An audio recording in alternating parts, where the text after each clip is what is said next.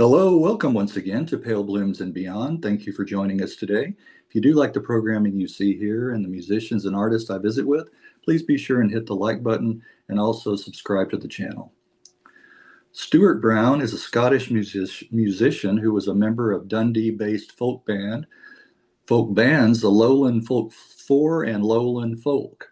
The Lowland Folk Four included Stewart's wife Anne, brother Ramsay Brown, and Philip Gore. As the Lowland Folk Four, one album appeared in 1967, Tell the Boaby. For various reasons, the band called it a day in 1971. But 12 years later, Stewart, Anne, and Ramsay would return as Lowland Folk and record and release two albums. Time to Be Singing Again came out in 1984, followed by This Is Lowland Folk in 1988. During the heady days of the folk boom in the late 60s, Stewart and his band played many festivals and clubs in and around Dundee, alongside some of the bigger names in folk, as well as appearing on radio and TV. Aside from music, Stewart has also worked for Dundee publishers D.C. Thomson and Company Limited and edited their My Weekly magazine, and also has worked as a playwright. Welcome, Stewart. Hello there. Hi, Greg. Nice to be here. Well, welcome, Stewart. Take us back to the beginning. Where were you born? I was born in Dundee in 1936, which makes me 89. Is that right? Is that right? That's true. I'm 90 in July this year. Is that what? And I feel about 70. You know, I usually get about 20 years. Yes. Well, you know, and I think this is coming up later in the interview. Carolyn Hester. Yes. She is around the same age you are. Yes. She's still going. Yes. And I interviewed her. I talked to her a couple of 3 years ago now it's been. But she, at that time, she was still playing with her two daughters, still singing, you know. Excellent. But, yeah, so she played the auto harp, didn't she? Yes. Yeah, because I was 19. Was it 67 or 66 then? She came over and was a guest on our show. That's right. Oh no, she was in the Edinburgh show with Rambling Jack Elliott. He was on that show as well. Yes. Yes. I remember the old Texas hat. He had big 10-gallon. Yes. Well, the story of her, you know, you may know this, is she helped give Bob Dylan his start. I didn't. Okay, yeah. You know, she was in the Greenwich scene, you know, back then in the early 60s, and before Bob had recorded or anything, and he was going around begging anybody, can I play on your recording? Can I play with you? You know, to get a gig. And she allowed him on one of her albums just to play the harmonica, not the guitar, just the harmonica. Yeah. And that gave him his start, you know, gave him his start. So anyway, I was born in go ahead. In Dundee, and to a family, you know, father was an engine driver, a mainline driver, steam. And my mother was a baker. She was a professional baker. And I'm in the middle of 5 kids. I had a younger sister, a younger brother, Ramsay, who came to the group. And then I had an elder sister and an elder brother. My elder brother was a boxer. He was a middleweight champion. Is that right? Okay. Yeah. Well, I wanted to ask you, in July, what date in July is It's 31st. 31. Oh, okay. So you're a Leo. I'm a Leo. That's right. Right. I love gold. I'm July, but I'm Cancer. I'm July 11th. So yeah. Both July. I give you a funny. Is it okay to do funny stories? Yes, very well. When I was editor of this magazine, I had a professional astrologist.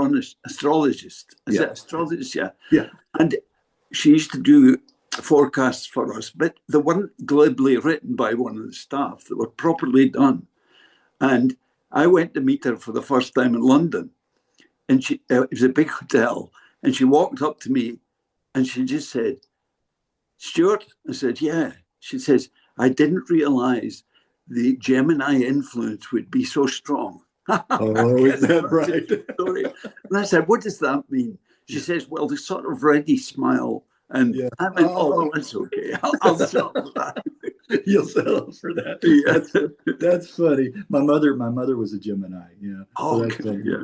yeah. Ready, smile. Ready, smile. Yeah. Good, Well, good. well, do you recall your early childhood? Was there music in the household? Yeah, and I was a bit of. I mean, I'm not saying I was a Mozart, but we had one of those old-fashioned pedal organs. You know Oh, these, and yeah. with a couple of pedals. And when I was about 4 or 5, the parents were in the main living room, and they had this music. And when they came through, I was standing on the pedals Yeah. with my hands up on the keys, playing an old Victorian song called "Bless This House." Oh, And I okay. was playing it by ear. And from that moment on, I was involved in music. You know, I sang. I was a kind of treble, you know, a little show-offy treble. And nobody could keep quiet, you know. Yeah. And that, in fact, I actually sang that song, "Bless This House," when I got a bit bigger.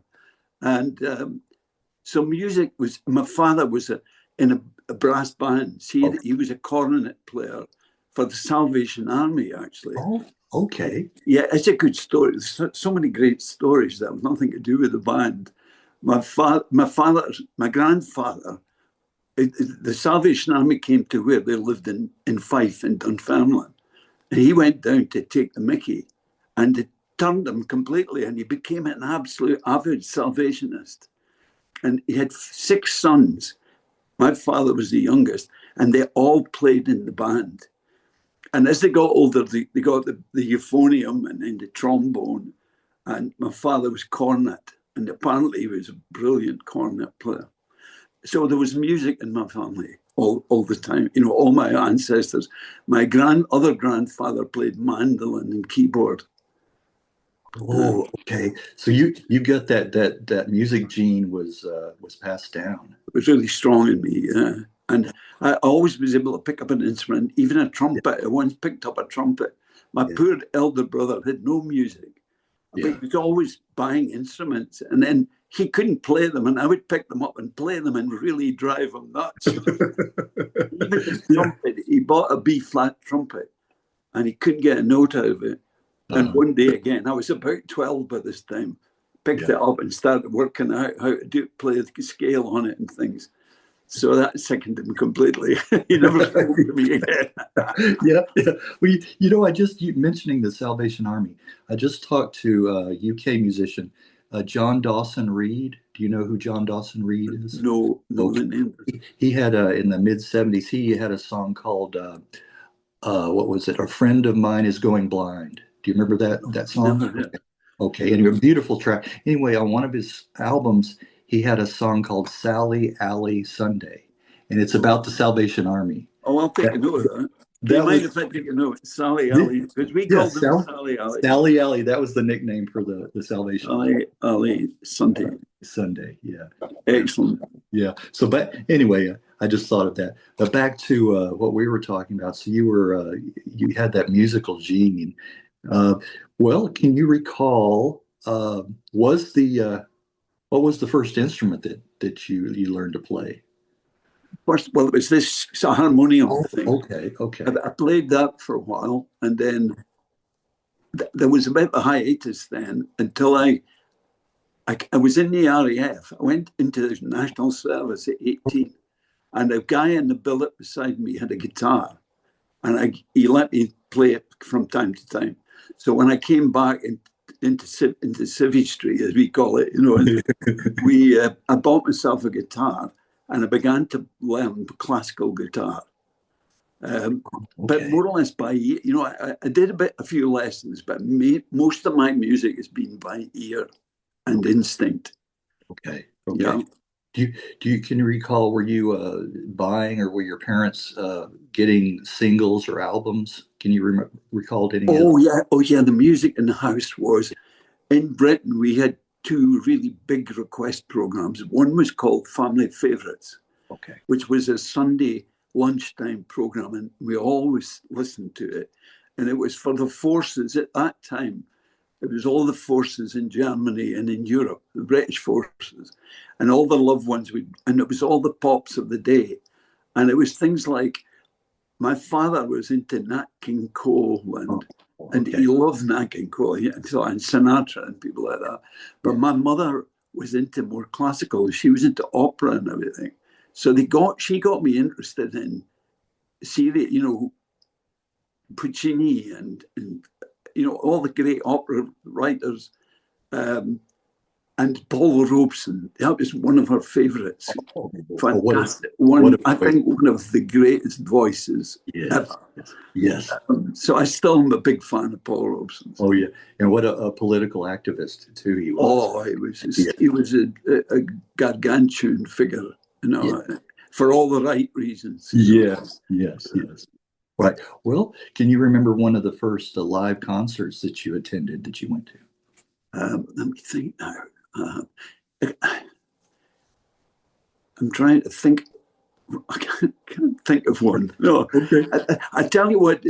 When I came back from the forces, and the opera came to Dundee, and it was Sadler's Wells and the Carol Rosa companies, and there was this big theatre that could cope with opera in Dundee, and I had my first full wage, my first pay.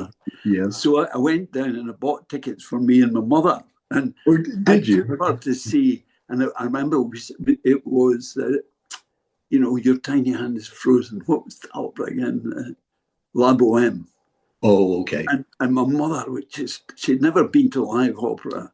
And she was getting on a bit then, and which I even get me choked thinking about it. It was completely, and then we watched Madame Butterfly. There was these two operas. Yes. So that was my, that was my first concert. I remember really. But that doesn't relate to what I eventually went into, like traditional music. Right. Well, that was nice of you to take your mother. Yes, that was nice. Yeah. Yeah, she enjoyed that. Yes. She did indeed. Yeah, she loved it. Yeah. Well, we'll talk a little bit about the music scene around you developing as a teenager. I remember it well. Well, I was into pop, and I was into, this is really old stuff, but I was into Guy Mitchell and Frankie Lane and all these great old singers. I remember when Johnny Ray hit the scene and stunned everybody. Yes. But what happened to me with music was, in Scotland, there was a national, the whole of the UK, there was a national programme. It was a news programme, but they introduced two Scots guys to sing songs. They just put a song on every night. And it was pure Scots. And it just went right into me. And I thought, wow, there's my tongue on national television. And the names were Robin Hall and Jimmy McGregor. And I don't know if they're well known, and they were huge here. And they were a major influence on me in my early years. And they, in a way, they began the whole folk thing to the point where when I got my guitar, I began to sing traditional Scottish songs. And this germ of an idea came to me that I'd love to play with other people.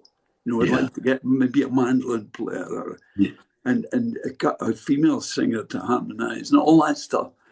And that was the seed of the group. That was the very beginning of the group. Oh, that was the very beginning. Okay. So you didn't play in any bands prior to the Lowland Folk Four? No, I didn't. No, but it's a good story there. But I think you probably read it. I worked in a big publishers. I was in these huge publishers at the time, and we used to get American magazines coming in, and we got the Saturday Evening Post. And I remember this one arrived, and on the cover were these four rugged-looking guys with these white Aaron jerseys on, the old.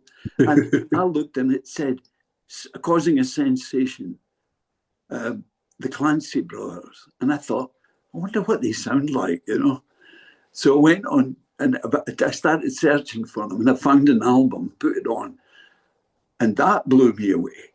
But then soon after that, they came to Edinburgh, and that was in my story I sent you, that Anne was 8 months pregnant, and we went to Edinburgh Festival, and there was a show on that beginning at 11, and it was all these people, Caroline Hester, Ramblin' Jack Elliott, and it said, top of the bill, the Clancy brothers and Tommy Makem. So we sat there in this theatre, and they came running on the stage and erupted. And I just, I felt as if I was floating out of my seat. I was completely transfixed by these guys. And I just thought, I have to do that. And that was the real germ. And that's where it all began. I came back to Dundee and my younger brother, and I said, you are getting a guitar. And I want you to look at Liam Clancy and look what he's doing. I want you to learn to play rhythm guitar that.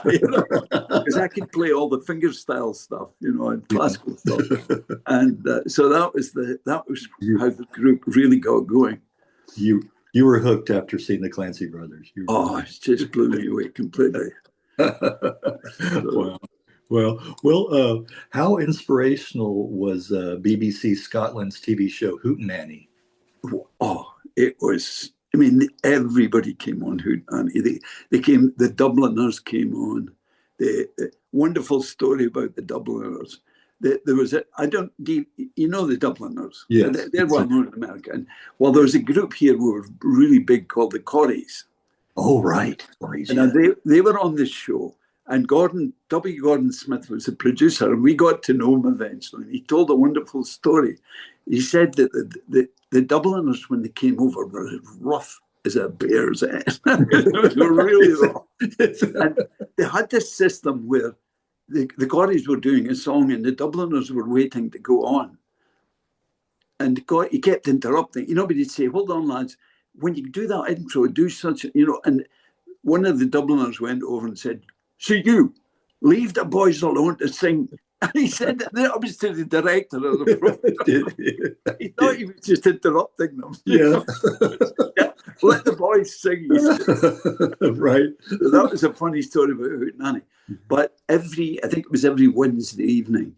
And I had one of those old reel-to-reel tape recorders. And that thing was, I recorded every Hootenanny show. And then learned the songs, and it was just fantastic stuff. Right. Yeah, the Corries. Are there any of those guys still around? Or one of them, the Scottish national anthem is a song called "O Flowers of Scotland." Yeah. And it was written by Roy Williamson, who is one of the Corries. It was Ronnie Brown and Roy Williamson. And Roy Williamson wrote this song. It became the Scottish national anthem, which he died young. But there's one of them still alive. Ronnie Brown's still around. Oh, yeah. I would love to talk to one of the surviving members. Yes. Well, if I can help you with that, I'll take a note of that and see if I can get a contact for Ronnie. Oh, that would be wonderful. Yeah. Yeah. I think the highlight of my interviews are the folkies, talking to you. I just love the traditional folk music, but then also the folk rock and all of that. That's right. Yeah, I've always. I was thinking of Ronnie Brown, and I knew Billy. We knew Billy Connolly really well. Yeah. Okay. We had him on our show. We had this series. We were asked to do a series in a local seaside town, small seaside town. We had a nice theatre, and the council came to us and said, would you host a show? And we then had the Humble Bums, which was Billy Connolly and a friend. And it was Billy in his early days playing banjo and everything. But he was hilarious. We got to know him really well. And in the wings, Billy was a complete hoot. You couldn't keep a straight face trying to. Was that without Jerry Rafferty at that point? No, Jerry came later. This is the guy. Okay, he came later. Yeah, he had several partners that he called the Humble Bums. Oh, okay. Jerry was a star. I mean, he's a brilliant musician. So it's great songwriter and fantastic. Sad of his passing a few years ago. Yeah. Wow. Yeah. Well, get us up to speed. Talk about the Lowland Folk Four, how you guys got together. Yeah, well, got my brother going, and he practiced till the blood was running, literally running down his fingers, because he didn't use a plectrum. Liam Clancy didn't use a plectrum, so he wasn't allowed to use one. So his fingers used to be bleeding. And but he became a very steady rhythm player, you know, for these kind of Jacobite songs and yes, rousing kind of songs. We needed him for that. And I was never a virtuoso on anything, but anytime the group needed another instrument, say, for example, the G banjo, you know, the plectrum banjo, I thought, right, I'll get one. And I learned to play enough to play on a tune, you know. I was never a great banjo player, but I was always able to do what was needed for that particular song. And then we found my wife was a great singer. We didn't even know. I don't think she even knew. yeah. But she started singing with us, and I thought, wow. She became quite, in this area, she became quite legendary in the appreciation of her voice, you know. Then the fourth member, I was working on a magazine. I was just not a junior, but I was chief sub actually on a magazine. And we had this guy from the west coast of Scotland called Philip Gore. Yeah. And he had played in a pop band. Yes. And he walked in and he looked to you at the parties, the beers and everything along. I said, you don't play any instruments by any chance, do you? And he said, yeah, I do actually. I play guitar. Uh-huh. So I said, look, we're having a session in the house tonight. Bring your guitar down. Would you fancy it? Of course, he was living in what we call digs. And, you know, he was just living in digs here. So he was glad of an evening in a house with people. So he came. But when he opened the case of his guitar, it was a Hofner with you know, totally the wrong kind of guitar. I had this. Brilliant, absolutely brilliant. Chris Rea, who passed away recently. Chris Rea, yeah, he was in this. This was his band, and it was not too long, probably in the 90s, I think or the early 2000s. Yeah. It's like 3 CDs, but it's all packaged together like back in the day. I mean, it's all retro. You know, they have they have vinyl in here, and it's a whole history of the Hofner. And you know, and just here, I'll show you this picture here. But I had to pick that up. I had to show this here. Carl Hofner. I'll show you this real quick.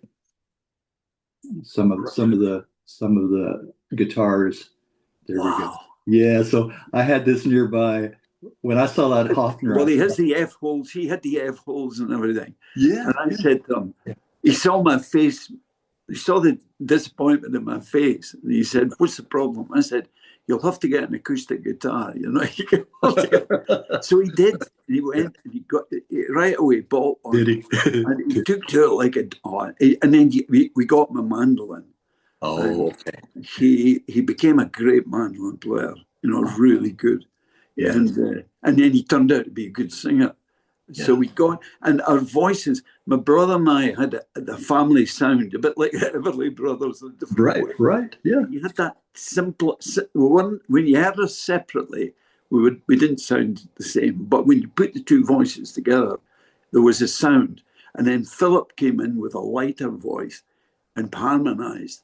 And we began to find our sound, you know, and it was great, you know. And then my wife taught me how to write harmony. And I developed a primitive Heath Robinson, you know Heath Robinson, that expression. Yes. I had to develop the Heath Robinson method of writing harmony. Someday, if I ever come over, I'll show you how. It's a weirdest way of writing, but it worked really well. Yeah. And we started working on harmony, and we became known for harmony eventually. Yes. Yeah. Oh, you did harmonize real well. Like you said, if you take the parts, the sum whole is better than the parts. Yeah. That's right. That's right. Yeah. Yeah. Yeah. There's one of my wife's songs on the album that we've remastered, and it's the one of Sweet 16. When I was new with Sweet 16, that to me is one of my favorite tracks of all time, and I feel that I'm always proud of the harmonies on that one. You know. Yes. Yeah. Well, it was a vibrant time and scene for folk music. Lots of clubs were popping up, as well as folk acts and solo performers. That's right. At that time, who was Jim Craig? Jim Craig was a guy who, out of the blue in Dundee, came into it with creating folk clubs, but he was very, very. He didn't want accompanying. He didn't want accompanying and guitars. He wanted traditional singing. He was a bit like Ewan McCall in that way. But he was instrumental in starting up folk clubs in Dundee area. And he even he initiated some groups by encouraging them in his clubs. Oh, all right. And I'm trying to think of, he also made a huge contribution to traditional music because he was one of the moving forces at that time that began what's called the Traditional Music and Song Association. There were three people. There was a guy called Pete Shepherd, who's legendary in this area, Jimmy Hudson and Jim Craig. And these three people formed the genesis of this Traditional Music and Song Association, known as TMSA. We just call them the TMSA. Yeah. And they're the guardians of traditional music in Scotland, really. Oh, okay. So, yeah, go on. No, I was just going to say, what was fascinating to me is researching folk music, traditional folk music all the way around the world, how similar it sounds. If you go back to the origins, the old, earthy type, those from the hills and, even here in the Appalachians. Yeah, exactly. Right. How similar they sound. I love that stuff. Yeah. Yes, exactly. Yeah, I got a buzz out of that. And I got Bill Brunsey and some of the black blues singers were fabulous. I love them as well. Yes. It just seemed to be tradition. Right. To me. From whence it came, it didn't matter. Right. And who was it? Alan Lomax, and doing those field recordings and all of that. It's fascinating going back to that. Yeah, that's right. I've got albums with Lomax on. Right, where we all kind of came from. Yeah. So, well, do you recall your first public appearance at the Dundee Folk Club? Yes, I do. This is fun because we used to practice every week. We'd practice maybe 2 or 3 songs, and we'd go down. It was Wednesday, and we just had to wait and see because there'd be a guest on doing the main spots, and we were only one of the floor singers, And there was a guy ran it called Willie, and he smoked a pipe, and he always came around and go, and you never knew how many songs he was going to give you, and he would go, "Just one song tonight, lads. No hard feelings." Okay. Oh, one. Well, give us 2. No, just one. So we get up and do a song. And then gradually, one night, he knew we were cutting ourselves slightly. It sounds a bit big-headed, but we were getting above the herd, as it were. And we were beginning to make a really good sound. And then one night, the guest didn't turn up. And Willie came to us with his pleading look, and he said, "Would you guys stand in? Would you do a main spot for us?" We went, "Would we do a main spot? We'll do a main spot." I think they needed to get the big hook to get us off. Right. But that was a big breakthrough that night, because that night there was an agent in the crowd, and he collared us. And the difference an agent makes, if you're plugging yourselves, it's nothing like when someone else is plugging you to people. Yeah. We started then being invited to all kinds of clubs all over Scotland, Glasgow. We drive through the night to Glasgow, down to the borders, and then gradually our fame began to spread. Was that Archie Gibson? Archie's a fantastic character. You could do a show on Archie because he was in the Long Range Desert Group. He was the original member of the Special Air Service. Oh. The man who started the famous SAS, which is our special forces. He was a driver for the man who originated it. Is that right? And we didn't know any of that at the time. It only came out, but he was a great character. I mean, he sang novelty songs himself. Yeah. And he used to, he then started plugging us around. And that made a big difference. And then the next stage was a radio producer saw us. And he then said, "Would you come to the studios and do an audition?" Yeah. So what we did instead of just singing a song, we did an intro with music in the back. No, an intro with music playing. And Ramsay, my brother's got a really good speaking voice. And he's the one that does, oh no, you haven't heard that. Anyway, he would do an intro. And so they set us up, expect us to sing a song, but we did these intros and then linked it into the music. And they came steaming out at the end of the audition and said, we want you to do some radio stuff. What about these scripts? Would you be able to do your own scripts for these intros? And we said, yeah, we do them all the time. So that was how we got into radio. Oh, okay. So that was fun. You know, we were just being called out all, you know, for doing radio shows. And we met famous people in Scotland by doing that. Yeah. Go ahead. Go ahead. I don't want to stop your questioning, but what then developed was because of the radio shows, out of the blue, we were asked to do a visual audition, you know, for television. And we went through to Glasgow and we prepared really well. And what they called the deity of Scottish television were there, you know, they were all there. And we really put it on, you know, we dramatised the song and the intro and all that stuff. And a very sad story to tell. We came home, we got a big reaction. We came home and we couldn't afford a phone. You know, by this time I had 3 sons and we didn't even have a phone in the house. So my aunt's mother, my wife's mother, used to take calls for us. And she came rushing to us and said, I've had a call from the BBC. They want you to do, there's an international football match on, but there's a quarter of an hour before they go to the national. And they want you to do a quarter of an hour spot on television. And I said, did they not notice that Anne was pregnant? Anne is 8 months pregnant. You know? She always be a crucial moment. And they went, oh, don't worry. There'll be other gigs. Don't worry. We'll get in touch with you. So on the night of the match, we wondered who got it. And we sat there and they went, the Corries. Yeah. And that's how the Corries' first gig on television was the one that we couldn't take. You couldn't take. And they outmaneuvered us from that moment onward forever. You know? Yeah. That's a true story. They got the gig. And that we couldn't take. Yeah, but anyway, that got us into television. Okay. Don't let Anne's mom answer the phone anymore. Yeah. No. Yeah. That's funny though. That is funny, isn't it? Well, as long as we're talking about anecdotes, talk about some of the early days, like the meat paste sandwiches. I didn't know I told that story.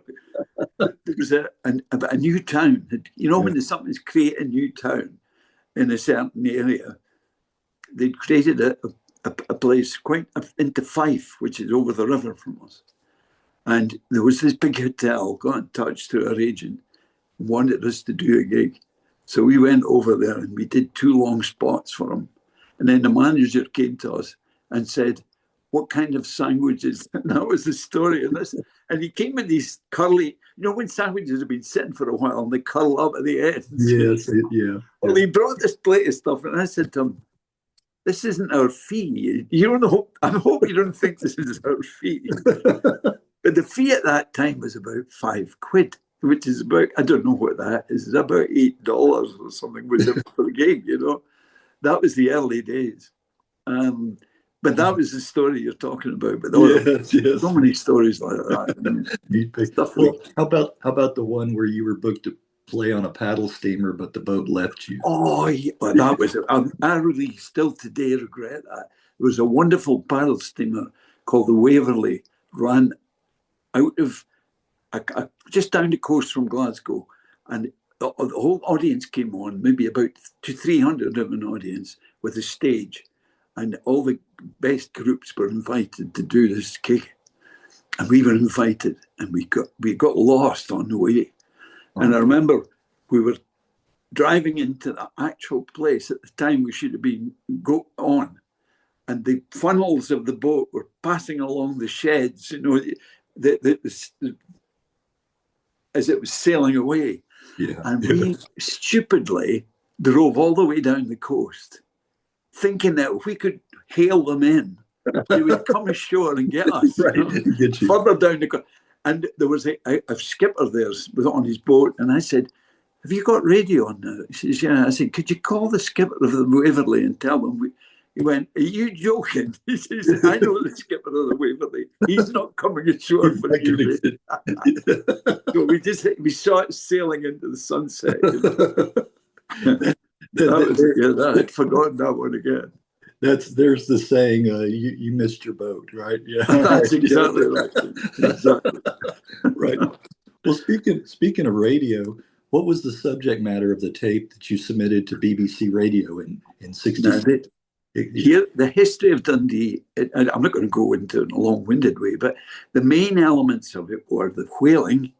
We were the biggest whaling in the 1800s. We were the biggest whaling city in the world, in Europe, not in the world.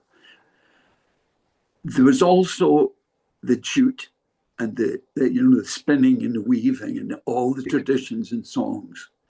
There were all the whaling songs. And then during the potato famine in Ireland, the Irish all came over to Dundee for the jute. But they brought all the Irish tradition with them. And they even formed a place just outside Dundee. There was a little loch a little lake, and they formed a community around that with their fiddles and everything, and sang all their songs. And that got into the musical fibre of Dundee. And that was what we put together. We put songs from the whaling and linked them, did intros and outros. And we sang whaling songs, jute songs, songs from Ireland. And we wove it into this tape and sent it in, hoping to get a nice little radio show. And here's the story. At the same time, we'd got the chance to record for EMI. And we had to go to a studio in Edinburgh. Now, this is where everything came together for us. We walked into the studio, and there was a man sitting there. And he said, "I'm W. Gordon Smith. I'm the director of the Hoot Nanny Show." Oh. I said, "Oh." And he says, "But that's not why I'm here." He says, "I'm here because the BBC passed the tape that you sent to me to make a television programme." And we went, "What? With us?" He says, "Yeah, of course with you." But it's for a special occasion. The new Tay Road Bridge is being opened by the Queen Mother. And on the day of the opening, or the night before the opening, we want to do a show with you, singing the songs of Dundee and the traditions of Dundee.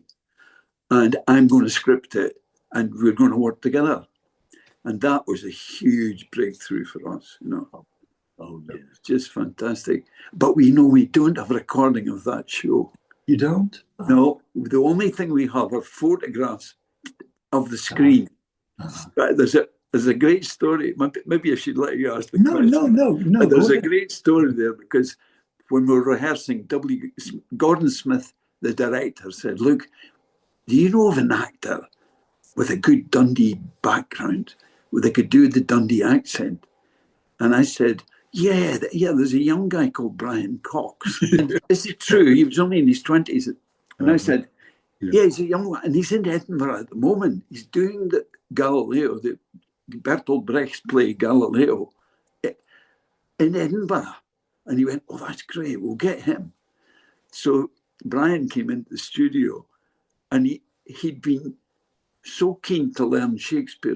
He drilled his own Dundee accent out of himself. He couldn't do it anymore. He couldn't do it. And it was really funny, because I said, "Oh, Brian," because he was quite, I remember Brian as a youngster, and he was broad Dundee, really broad. But now he was very posh, he was a posh actor, Right. And we said to him, "But you're doing the Dundee voice, So he says, well, come on, guys, you're going to have to coach me. So we dragged him into a corner of the studio, and we're reading his lines for him in broad Dundee accent. And it's a great story because his ear, he was a natural. And his ear started, he picked it all up. Oh, I've got it. Yeah. And he did the fronting of the show. He was the link man. Right. And fantastic. Yeah. I'm surprised. I bet he's lost a lot of his Scottish and English now doing so many American roles, you know. Well, but he hasn't. He's now, from that, he made sure that if he was ever interviewed about his life, he could do this. And he does a perfect. We're going to give you a bit of Great Brian Cox, Dundee. Okay. I was in a guitar group, and I was driving over the bridge coming home one night, and I put on the radio, and I heard this voice saying, here it is. Now, this is Dundee. You won't understand it. She says, there I was in the pouring rain, bare naked in the pouring rain.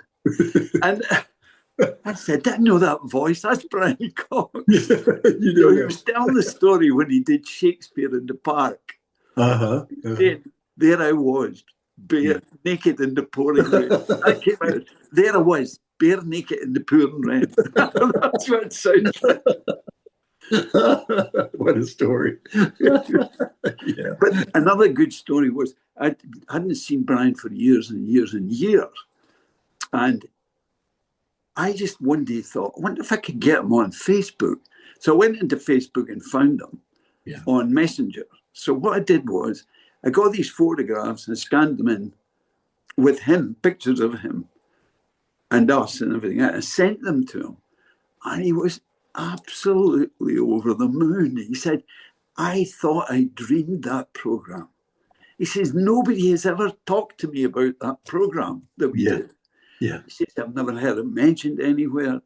But he is now he mentions it in interviews now. Oh, when I see him doing interviews, Does he? Okay. And when he saw his photograph at that age, he got all excited because he has a son about that age himself. And he says, wait till you see the doppelganger of me and my son. Oh, right. So he was quite excited, about it. And so it was nice to make contact with Brian again. That was a good thing. That was a good spin-off, Nice that he remembers that. Yeah.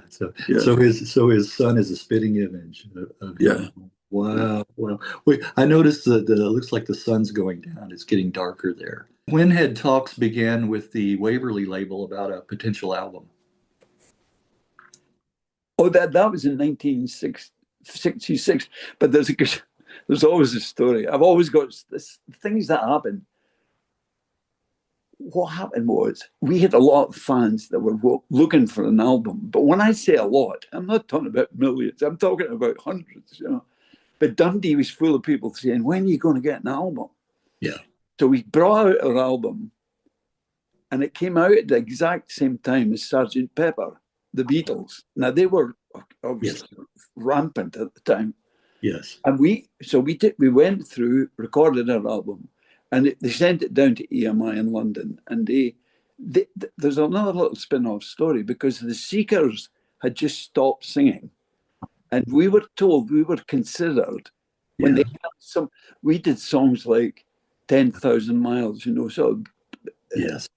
Julie, what was her name? The great lady singer, the Bob Dylan girl, woman with, I can't remember her name offhand. Not Joan Baez. Not Joan Baez. We did a song by Joan Baez and things at that time, and they heard it, and we only found out a year later that we were considered for a second to maybe do the New Seekers, Oh. Anyway, they came.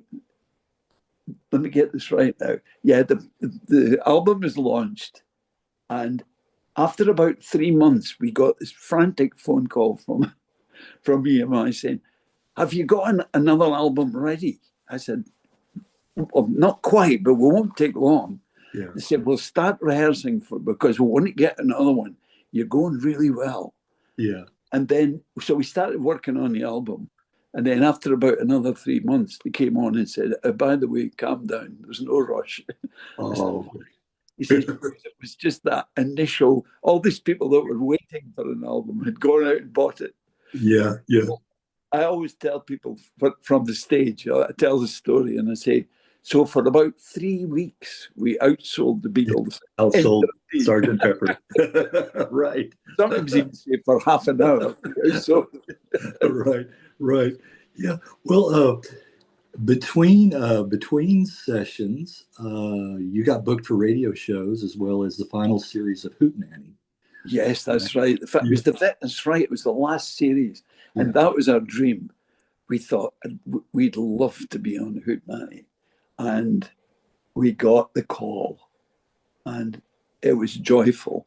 And it was a bit special because I'm a bit disappointed about spoiling your image, your visual stuff. I'm really sorry about that. Well, we can hear you. There's nothing you can do. There's no other light. It turned out to be, they have a thing called BBC Week every year. And we happened to be going through to record our episode of Hootenanny during BBC Week. And it was really special. And the idea was that we had this big hall, but they were going to have everybody not sitting in rows. They were going to have us in among all the people, with them all sitting on windowsills and floors and all just round about. And the singers would be in amongst them singing. It was a great setup. And we were on with Dominic, the great Brendan Behan. Yes, Dominic Behan. Yeah. Well, Dominic was on with us. Yeah. And during the day, of course, Dominic's not only a singer, he's an actor. In fact, he's more of an actor than he is a singer. And he came on and we were watching he was rehearsing his song, and he was doing a song called Mrs. McGrath, which was great. It's a recruiting song where they recruited all the Irish guys. As we go over there, the recruiting sergeants would go and chat them up in the street and get them signed up and get them into the English, the army, but there's great songs about them.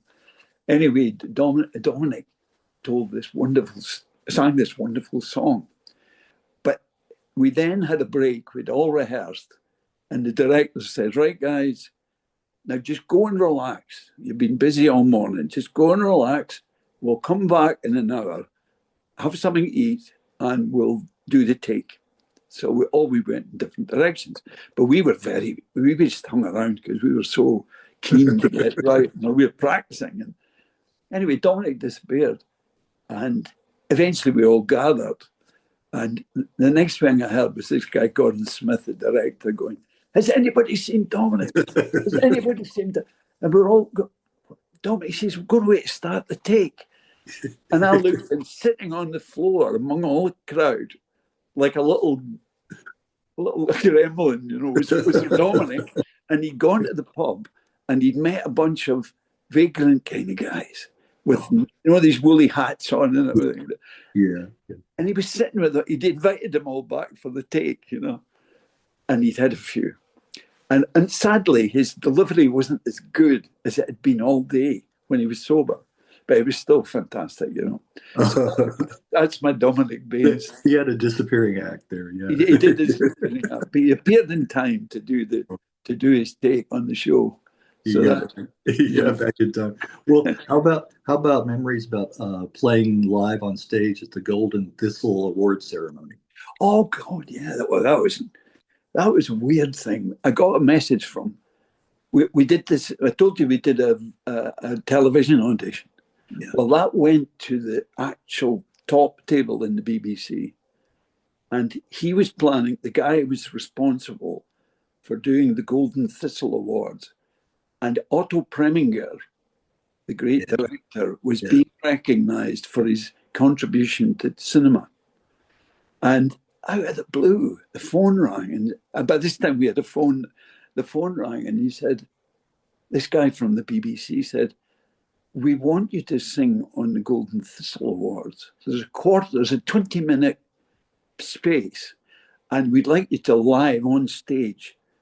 He says, now the songs are all Scottish songs. They're all from the films are all from different areas, the Hebrides, the Highlands. And we said, well, look, give us the names of the places, and we'll do songs to link them all together. And and so we drove through Edinburgh again, and we didn't take a photo. I was just saying to my wife this morning, why did we not take photographs?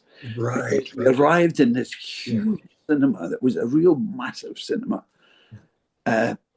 one of the biggest in Scotland. And we drove up to it, and right down the side of the building in massive letters was live on stage, the Lowland Folk Four. Wow. And it was during the Edinburgh Festival. So the Edinburgh was jumping, with people. And I just wish we'd done that. But anyway, we got behind, they had a gap in the films, and we were all lined up on stage, curtains opened, and we did this with links and chat about the different areas that the films were about. And they were delighted, they really weren't expecting that kind of finessing. So that was good. It's because we were all journalists that we were able to do both things, the singing and the texts and the scripts and things. Right. Well, speaking of journalists, did you get some good write-ups and critiques over the album? Well, I'll tell you why they were so good. I wrote. Okay. No, I knew the trade so well. I thought there's nothing more wonderful when a guy's got to fill a slot in his paper, and in comes this already written piece with a photograph, and that's what we did. Okay. It wasn't all that. No, we got good reviews, but I did do a bit of that. I'd write a generic review. With the photographs to send it, and then you could see this busy editor going, "Oh, great, put that in." Right. I was going to say, as a ghostwriter, you could do that. Use a different name. Yeah, that's right. So that was fun. But the reviews were good. We got a major review on a program in BBC London, picked it up, and what he picked up on the album, apart from the harmonies and things, he could sense that we were really enjoying him. Sometimes during a song we would shout out or something. We didn't follow the strict studio behaviour, but you can hear someone's in the background, we're laughing or we're doing something. Well, that came over and got a good review in the Sunday papers. So that was good time again. It's all great. It was all, the adrenaline that you get from these days are fantastic. It was such a buzz. Oh yeah. Well, the band would play a summer-long festival set up by the Arbroath Town Council. That's right. They came to us again. We were approached. It was always an approach either through Archie Gibson, our agent, or from, and they said to us, "Look, we've got this hall, and it's dead from about 10 o'clock. How about you doing a thing?" And I called it Folk Late. And I came up with this whole concept. What we did was, from 11 till 1 in the morning, we did a 2-hour show. And we were the guests. We were the hosts, as it were. So we maybe just did about 3 or 4 songs between the acts. But we staged them so that when the act was in the front of the curtain doing solo, we would be getting lined up with lighting and everything behind. And then the curtains would open, and we would be in position with dramatic lighting and do a dramatic song. And then one of us would come forward, curtains would close, and we'd introduce the next act. But it gave us these 4 really feature songs, well lit. And so that was what we did there. Now, the other thing we did was we wanted to give folk clubs a chance. Clubs could bring their local singers. So we laid on buses, and we hired, and we got a fee for the folk clubs. And they came in the afternoon to a pub, which we set up, and they had a session in the afternoon, even early evening. So everybody was having a good time and a drink. And then at 11 o'clock, they came into the theatre, all in the right mood for the big concert. So that gave the folk clubs all came with the best singers. Yes. So and then the other thing we did was they gave them the warm-up spot on the concert. Oh, right. So they loved it because they would maybe have a band, an up-and-coming band. And we would then say, well, look, your band can start the show, give them a quarter of an hour start. Yeah. And so it encouraged the folk clubs. And the other thing we did was we laid on buses to take people home at the end at 1 o'clock in the morning. So it was fantastic. And of course, the Arbroath Herald was run by the town. And the reviews we got from the Arbroath Herald were almost embarrassing. Were embarrassing because they were way over the top. You know? That was a good laugh. You're embarrassing us. Yeah, I was going to say. That good. Very appealing. We had Billy Connolly and we had all the, that's from what was her name again? We had Doris Henderson, a black lady from it. Yeah, she played auto harp as well. She came over for our show from America. She was touring. We did bring her over. She was touring, but we had the Furies, and we had, we had all the really good. The other one I think of when I think of Doris Henderson, I think of Odetta. Yeah. Oh yeah, that's right. Yeah, think of her folk music. Wow. Yeah. Well, tell the story of how Matt McGann spent the night at your parents' house. Matt was a great pal. He's a fantastic character, and he wrote these wonderful songs. He was one of our guests on this show, but he said, "You'll need to pick me up at the station in Dundee and take me to Arbroath." So we did that, and it was great. He sat in the back of the car, and he said, "I've been listening to you guys' harmonies." He said, I've just written a new song, and it's called "I Dearly Love the Borders." And it was about the rolling hills of the Borders in Scotland. And I always remember it was a sunny night. We're driving down, wife and I in front. Matt was lying in the back, on the back seat. And he said, "Here's the song I'm going to give you guys." And he sat and sang it. And it was a magical moment, So anyway, that was that. We took him down. He did his spot.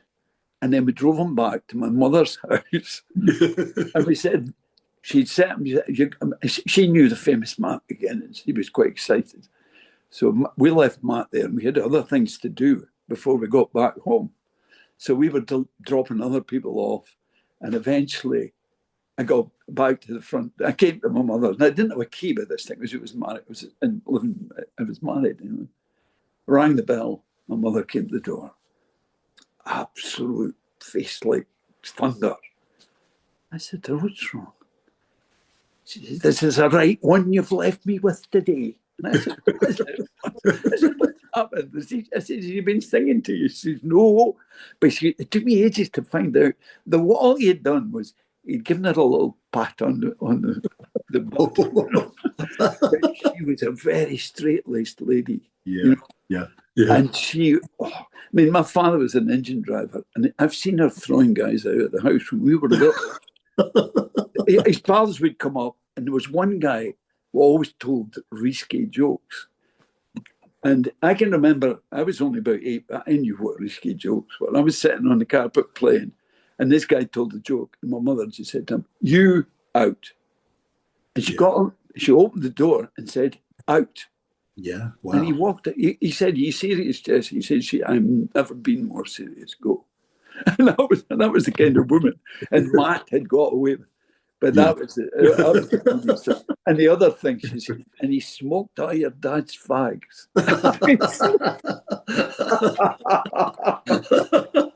But maybe I shouldn't tell that story. No, that's all right. No, that's fine. They spoiled the Matt. It's done with great affection. Matt, I used to, if you ever try to come, my main instrument's concertina, an English concertina.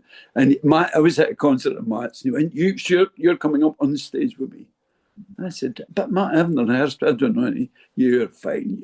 You know any key." I said, "Well, I can play in most keys." "I hope you come." But trying to get his key, because he didn't know himself what key he was singing in. He was and he would start a song, and I would go, I'm searching all over my concertina trying to find it. But he was a great guy, and I had great affection for Matt. Yeah. Well, you mentioned the Folk Late series, Humble Bums that you talked about earlier, and also the Strawbs. That's one of my all-time favorite bands, the Strawbs. Well, they were called, just before that, we knew them as the Strawberry Hill Boys. Yes. That was the name, the Strawberry Hill Boys. Yes. And we booked them, and they came up and they said, we've just changed, we've got a new management, and we've changed our name to the Straubs. And we said, that's fine, that's fine. Yes. That's what we'll bill you as. Right. And they did a fantastic spot. Yeah, they were brilliant. Yeah. It's sad to hear of Dave Cousins passing last year. He passed away. Was it? It's recent. Yeah. In July of last year, Dave. I didn't know that. I loved their the material they recorded with Sandy Denny too. Of course, Sandy was. She was par excellence. Yeah, she was really good. Yeah. Well, so the story goes that Philip got married and was planning to move to Australia. That's right. He was immigrating to Australia, and then we go into the second, and that kind of put the kibosh on the Lowland Folk Four for me. I was also feeling the stress, because we were all journalists in the same, and I'd been promoted. I was now a senior editor. And the firm, because of my standing in the firm, they allowed us to do a certain amount of time off to make, but they eventually, I could see they weren't happy the amount of time I was taking off to do television and things. So I began to prey on me a bit. So we decided, that was 71 by that time, we packed it in. And we kept playing, and I went into classical music and classical groups and everything. And but we then came back. The boys grew up. Our sons grew into roadies. So they then became our roadies. And we came back as the Lowland Folk. Yeah. And this guy called Alan. I was going to ask you, what was the impetus to get back together and record after? We missed it, and we. Oh, you missed it. Yeah, we missed it, but we were so busy with the kids growing up and seeing them, get them off to a good start and all that stuff. But once they were, and they began to get into the music as well, they fancied roadieing, and of course we paid them. We gave them a bit of payment, and they sold tapes during the interval and all that stuff. Okay. It was all good. And we got T-shirts. They loved all that. And we then, by sheer luck, Alan Barty, the mandolin player, fiddler, who is a fabulous player, he'd been away touring with Liam Clancy and Tommy Macomb. They were a duo by this time, and he was doing the Carnegie Hall. He was doing the Sydney Opera House with them, fiddle and mandolin. But just at the moment, he decided he'd had enough touring, and he came back to Dundee. And we just said to him, we're back to four again. You're coming with us. Yeah. And on our next album, which we must get here, we've got an album, This is Lowland Folk, with Alan Barty playing fiddle. Yes. And we've got 2 other albums with Alan. Yes. And I've just got to get them up for streaming, You're working on that, yeah. I've got that. I'm trying to find, even at I'm so busy. And stuff keeps coming. Well, some stuff like this, which is fabulous fun. I mean, suddenly out of the blue, a guy from Texas wants to talk to me. Right. It's a great honor and a great joy for me to do that. I'm really pleased that you got in touch. Well, it just shows you, how your music travels. That's right. Yeah, it does, and they're fans all over as well. What was I going to ask you about? The latter 2 albums were recorded on your own label, Bellina Records. Yeah, that's right. Bellina that was the song that was our what would you call our standard signature song. We were given it by a famous singer called Cyril Tawney. Yes. Cyril Tawney from Dorset, and he was at one of the first gigs, and he came to us, and we'd been singing sea songs, and he said, "Guys, you sound great, but sing songs from your own area." Yeah. And we said, "But we don't know any songs, any whaling songs." He says, "I'll leave one with." He was staying with the guy who ran the folk club that night. So a week later, this guy came to us and said, "There's that tape from Cyril Tawney," and we put it on, and here's this fabulous. Well, it's called the Bellina song. Yeah. Bellina. And what it was all the ships would be coming over to the Davis Straits in the Arctic, but they would come into America, Nantucket and all these places to pick up the best crew, because they didn't take a full crew with them. They picked up, and they used to, it was like a race across the Atlantic, and the Balena was the fastest. Oh, I always got the best crew. So the song says, "The wind is on the quarter, the engine's running free. There's not another whaler sailing from Dundee can beat the old Balena, so you needn't try her on, for we'll challenge all, both large and small, from Dundee to St. John." And that's why we called it ourselves the Balena Records, because even today people will say to me, "Sing the Balena." We just want to hear it again. You still request that, It's still requested. Yeah, you mentioning the sea shanties. That's one of my favorites of the folk music genre. Yeah. Those old sea shanties. Yeah. I love sea songs. I've just acquired a cracking sea song. Yeah. From a guy we do during COVID. We did these special nights to the world, and there were great American singers came on and sang. We couldn't sing together, but we all sang individually, because you couldn't coordinate singing across one Zoom. But there was a guy in the New York area called John Roberts, and he said fabulous, and he sang this song. We became friends on Facebook. He sang this song, which is at the moment is my favorite song, and it's called "Row On, Row On," and it was an old whaler's book, his diary.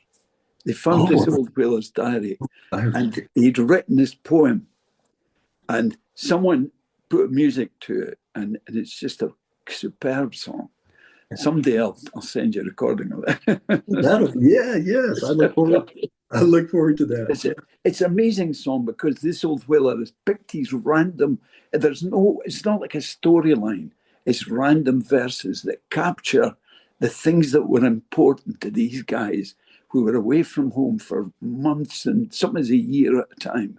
Yes. And all the things that meant a lot to them. Yes. In random, disparate verses. But when you put it all together, you get this real, what it was like to be a whaler away from your family. It's a cracking song. Exactly. Yeah. Right. Exactly.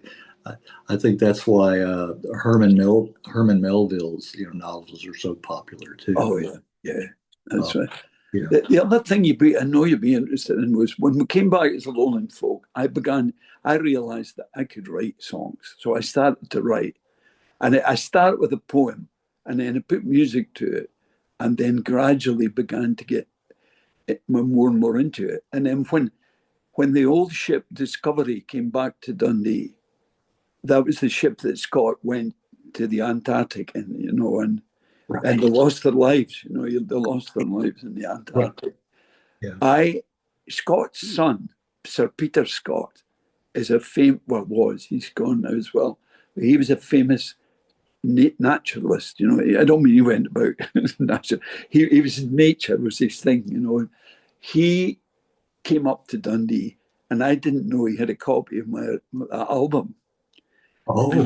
We were setting up sound in this special presentation for him, and he and his wife came into the room, and he was with the president of the association for fundraising for Discovery, and I saw him pointing down to us, and Peter Scott started walking down the room, and I'd written a song called "The Pride of the Panmure Yard," which is about the building of the ship. And he started singing it as he walked towards me. And here is Sir Peter Scott, son of Scott, is singing my song. And I went, my jaw hit the floor. And his wife said to me, "He sings it in the car all the time. He plays it in the car." I thought, my God, that is amazing. And honestly, I was stunned. And we stood and chatted, my wife and I, and his wife, and she had on a black jet ring that was found on the body of Scott when they found the bodies in the Antarctic. And she showed us the ring.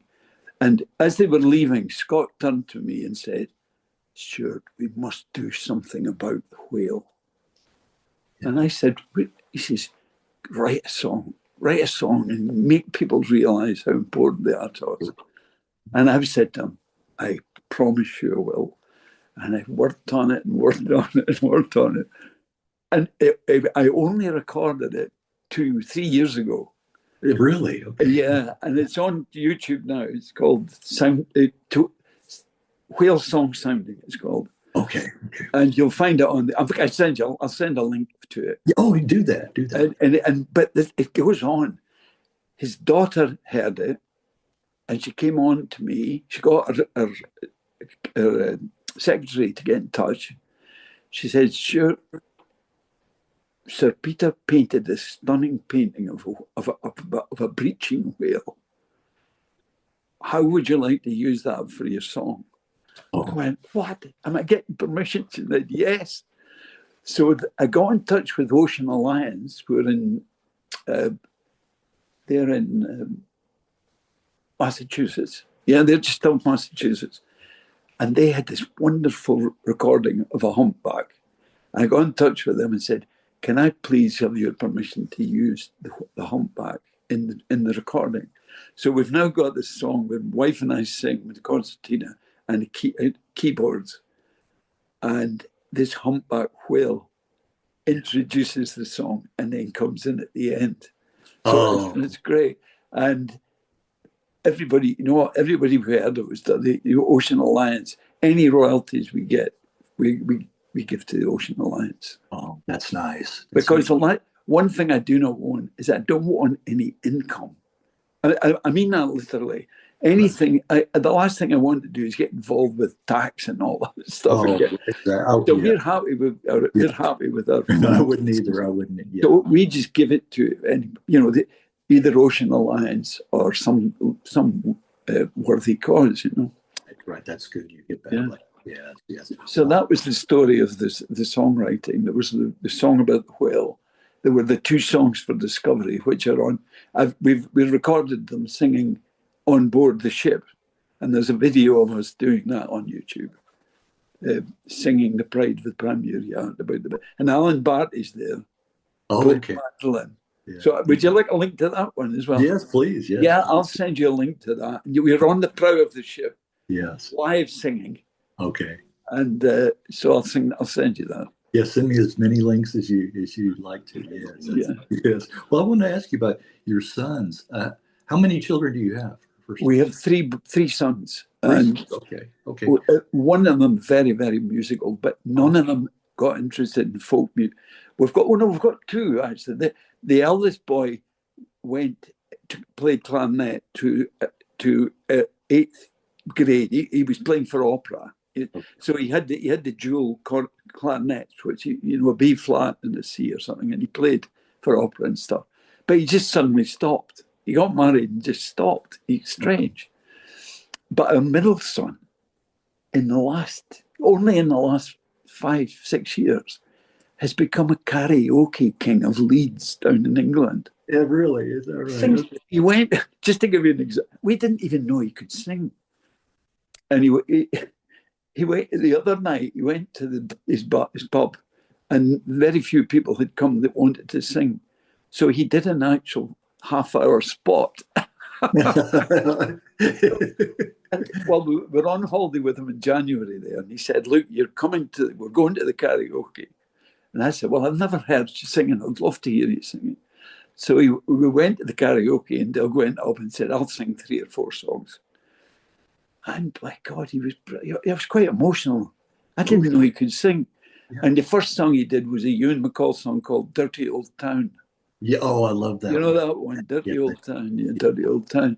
And it was good. But the one that got me was, do you know Travis? Do you know Travis? The band Travis? Yeah. Yes. You know his song, Sing?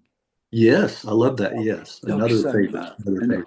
And he came out, and I'd never had, anything like that. And he just stood there and sang this song with great expression. And it was that, Yes. Whatever love you bring won't mean a thing unless you sing. Oh, That's what a song. just fantastic, you know. He sang that one. Wow, what a Yeah. song. Yeah. So he's dragooned me. We're meeting up again in Spain. We've got a place in Spain. Okay. We're meeting up in Spain in May and June. And he says to me, "You're doing at least 2 karaoke songs." So I've picked them. I'm going to do. You got to. Yeah. It's a Beautiful Noise, Neil Diamond. Oh, I'm going to do that one. You're going to do that. Okay. And I'm going to do Kenny Rogers, The Gambler. Oh, okay. On summer's evening. Okay. Good. So that's my challenge for me. I've got to get, but I want it to be. I don't want it to make a mess of it. No, you won't. No, you won't. No, you.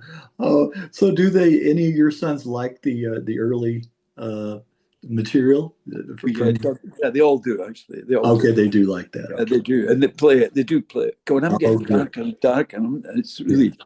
Yeah. I'm sorry. I'm really sorry. This has happened. It's never happened. Yeah, I've never known this to happen ever. I don't know what. Sometimes those things happen. I had an interview with a guy a week or so ago, and his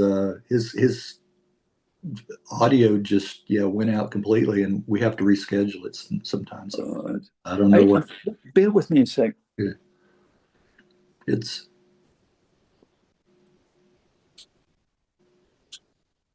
Just remember, there's a standard lamp there. Oh, okay. We could have used that earlier. Yeah. Oh, we could have had that going. I'm sorry.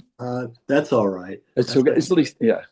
So how are we doing? Are we doing okay? Yeah, just in time to finish the interview. You get the light turned on. But at least we can see you to say goodbye. So but that's good. It's been, honestly, it's been. I was kind of apprehensive, thinking, "Hope it's interesting." But once you get going and you get talking, and it was a good thing to give you all that information, which it was, didn't it? Because I relied heavily on that. And also, you know what, a couple of guys I talked to, UK musicians, said, you know what it's like? It's just like having a conversation, a chat in a pub. You know? Well, that's exactly right. And you can see I got a bit carried away in places, but that's what I'm like. That's what I like. That's what I want these to be. You know, just a casual, conversation. Relaxed. About it's been a joy chatting to you. Well, it has been for me too. And I'll send you a couple of links. And, okay. And if there's anything interesting happening, I'll. Yes, let me know, and let me know about the update on the streaming. Yes, when the new albums, I'll let you know about that. They'll be on Spotify and things like that. Yeah. Okay, let me know about that. All right, Stewart. Well, all the best to you. Yeah, let me just say greetings to all your followers. I had all these great old faces. There were some cracking guys there. They made me feel at home. They made me all feel at home. Right. Well, I wanted to mention too, I forgot to, that I'm half Scotch Irish. So it's and so I think it's from the Southwest, where my family tree, where we kind of tied it down to that area. And I used to have the coat of arms, and I think I still have it stored away somewhere.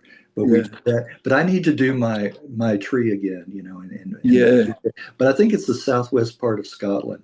So it was a mixture, mostly Scot, but a little bit of Irish, in there too. Well, a good tagline is this: your last line to me was more Scottish than any of mine, because you said, "I'm fair looking forward to it." That's a very Scottish way of saying that. Yes.